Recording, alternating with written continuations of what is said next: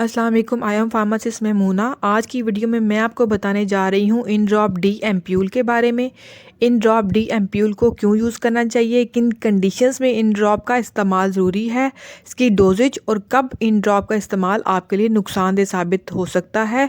जानिए मुकम्मल तफसीलात मेरी इस वीडियो में।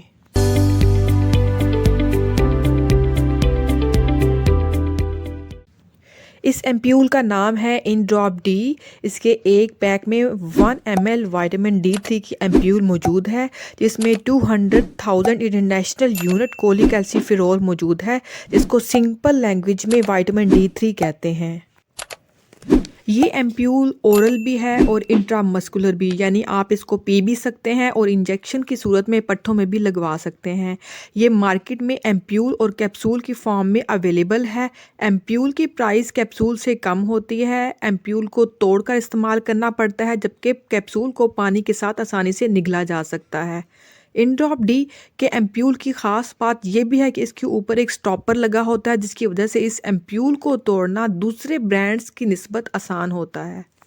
कोलिकैल्सिफेरॉल क्या है? कोलिकैल्सिफेरॉल कुदरती तौर पर बनने वाला एक विटामिन है, जिसको विटामिन D3 कहते हैं। कोलिकैल्सिफेरॉल हमारी स्किन के नीचे मौजूद कोलेस्ट्रॉल से बनता है। जब सूरज की यूवी रेडिएशन स्किन पर डायरेक्टली पड़ती हैं तो कोलेस्ट्रॉल कन्वर्ट हो जाता है कोलिकैल्सिफेरॉल में, यानी हमारी बॉडी विटामिन D3 खुद भी बना सकती है और विटामिन D खुराक जैसे कि अंडे, दूध वगैरह से भी हासिल किया जा सकता है। हमारी बॉडी विटामिन डी की कमी का शिकार हो जाती है जब हम vitamin D enriched food use नहीं करते या सन बाथ नहीं लेते, यानी सूरज की रोशनी में नहीं बैठते। और गर्मियों के मौसम में सूरज की रोशनी में बैठना नामुमकिन होता है, जिसकी वजह से हम विटामिन डी डेफिशिएंसी का शिकार हो जाते हैं और मुख्तलिफ बीमारियां हम पर हमला कर जाती हैं। विटामिन डी का हमारी बॉडी में क्या रोल है? विटामिन डी हमारी खुराक में मौजूद कैल्शियम को मैदे और आंतों से खून में जज़ब होने में मदद देता है। अगर विटामिन डी की कमी होगी तो कैल्शियम की एब्जॉर्प्शन कम हो जाएगी। हमारी हड्डियों को कैल्शियम नहीं मिलेगा तो हमारी हड्डियां कमज़ोर होना शुरू हो जाएंगी और हड्डियों की बीमारियां जैसे कि ऑस्टियोपोरोसिस, रिकेट्स और बोन फ्रैक्चर का बायस बनेगी। अब चलते हैं इन ड्रॉप डी एम्प्यूल के यूजेस की तरफ। तो इन ड्रॉप डी को इस्तेमाल किया जाता है ऑस्टियोपोरोसिस की कंडीशन में। 40 साल से ज़्यादा उम्र की ख़वातीन में हड्डियाँ पतली और भुरभुरी होना शुरू हो जाती हैं, हड्डियों के फ्रैक्चर के चांसेस बढ़ जाते हैं। सिर्फ कैल्शियम नहीं बल्कि विटामिन डी की कमी भी इसकी वजह बनती है। तो ऑस्टियोपोरोसिस के मरीज़ कैल्शियम सप्लीमेंट्स का जब भी इस्तेमाल करें, साथ में विटामिन डी ज़रूर इस्तेमाल करें।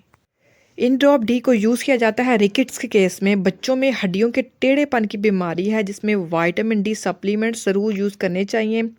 माँ के दूध में अल्लाह ने सब ग़िज़ाइयत शामिल की होती है, लेकिन इसमें कुदरती तौर पे विटामिन डी कम होता है। इसलिए बच्चे की पैदाइश के बाद बच्चों को इन ड्रॉप डी के ड्रॉप्स इस्तेमाल करवाने चाहिए, ताकि आपका बच्चा रिकेट्स और दूसरी हड्डियों की बीमारी से बच सके।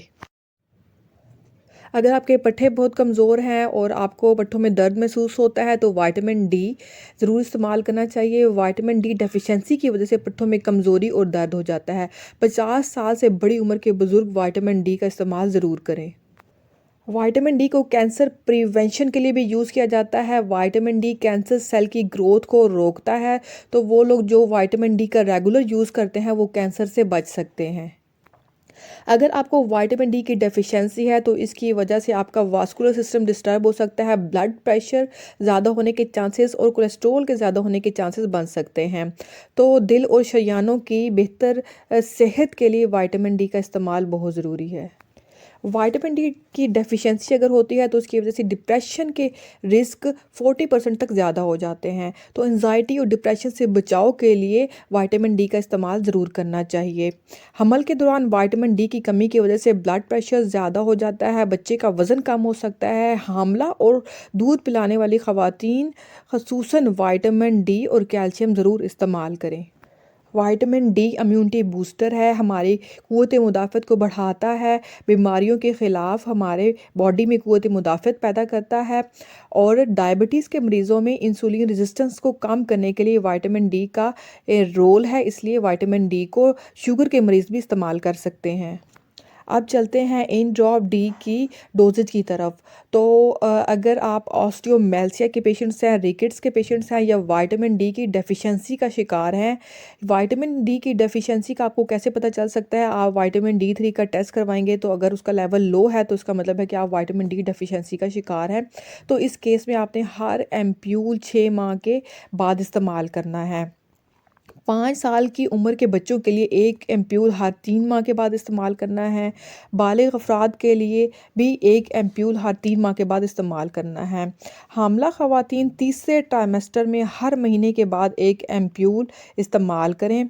पोस्ट मेनोपॉज़ल वूमेन हर महीने एक एम्प्यूल ज़रूर यूज़ करें, क्योंकि पोस्ट मेनोपॉज़ल वूमेन में एस्ट्रोजन का लेवल कम हो जाता है और जैसे ही एस्ट्रोजन का लेवल कम होता है तो इनकी हड्डियाँ कमज़ोर होना शुरू हो जाती हैं, ऑस्टियोपोरोसिस का शिकार हो जाते हैं।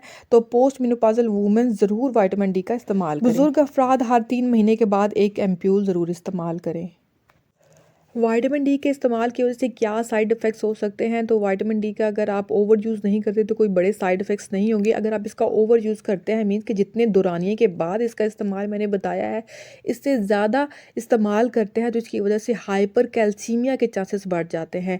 हाइपर कैल्सीमिया का मतलब कि आपके ब्लड में कैल्शियम का लेवल ज़्यादा हो जाता है, क्योंकि विटामिन डी अगर ज़्यादा क्वान्टिटी में आपकी बॉडी में जाएगा तो वो कैल्शियम की एब्जॉर्प्शन को ज़्यादा कर देगा, जिसकी वजह से कैल्शियम ज़्यादा हो जाएगा ब्लड के अंदर और कैल्शियम की वजह से किडनी स्टोन्स के चांसेस बढ़ जाते हैं, यानी कि आपके गुर्दों में पत्थरी के चांसेस हो सकते हैं।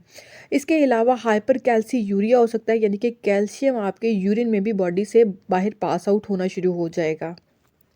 ओवरडोजेज की सिम्टम्स क्या हैं? तो अगर आप इन ड्रॉप डी का बहुत ज़्यादा इस्तेमाल करते हैं तो इसकी वजह से हाइपर कैल्सीमिया होगा और जिसकी वजह से आपको थकावट महसूस होगी, मसल्स में पेन होगा, मतली महसूस होगी, आपकी स्किन बहुत ज़्यादा ड्राई हो जाएगी और स्किन पे खारिश महसूस होगी। ये सिम्टम्स हैं विटामिन डी की ओवरडोजेज की, जिसकी वजह से आपको ये पता चल सकता है कि आप विटामिन डी का बहुत ज़्यादा इस्तेमाल कर रहे हैं और आपकी बॉडी में कैल्शियम का लेवल बहुत ज़्यादा हो गया है। अगर आप जानना चाहते हैं विटामिन डी क्या है और विटामिन डी कैसे हासिल किया जा सकता है, हम खुराक से कैसे हासिल कर सकते हैं, तो इसके लिए मेरी अलग वीडियो मेरे यूट्यूब चैनल पे मौजूद है, आप इस वीडियो को देख सकते हैं। और अगर आप सनी डी कैप्सूल और इंजेक्शन की मुकम्मल तफसीलात जानना चाहते हैं तो इसकी भी अलग से वीडियो मौजूद है, आप सनी डी और इन ड्रॉप डी का कंपेरिजन कर सकते हैं। इन ड्रॉप एम्प्यूल के मैन्युफैक्चर की बात करें तो इसका मैन्युफैक्चर न्यूट्रो फार्मा है और अगर हम इसकी प्राइस की बात करें तो इसकी प्राइस 284 रुपीज़ है। तो ये थी मेरी आज की वीडियो, उम्मीद है आपको पसंद आई होगी। अगर आपको मेरी वीडियो पसंद आई है तो मेरी वीडियो को लाइक करें, शेयर करें, मुझे अपने फीडबैक से ज़रूर आगाह कीजिएगा, मेरे चैनल को सब्सक्राइब ज़रूर कीजिएगा। इंशाल्लाह नेक्स्ट वीडियो में एक नई मेडिसिन के साथ फिर हाजिर होंगे, तब तक के लिए अल्लाह हाफिज़।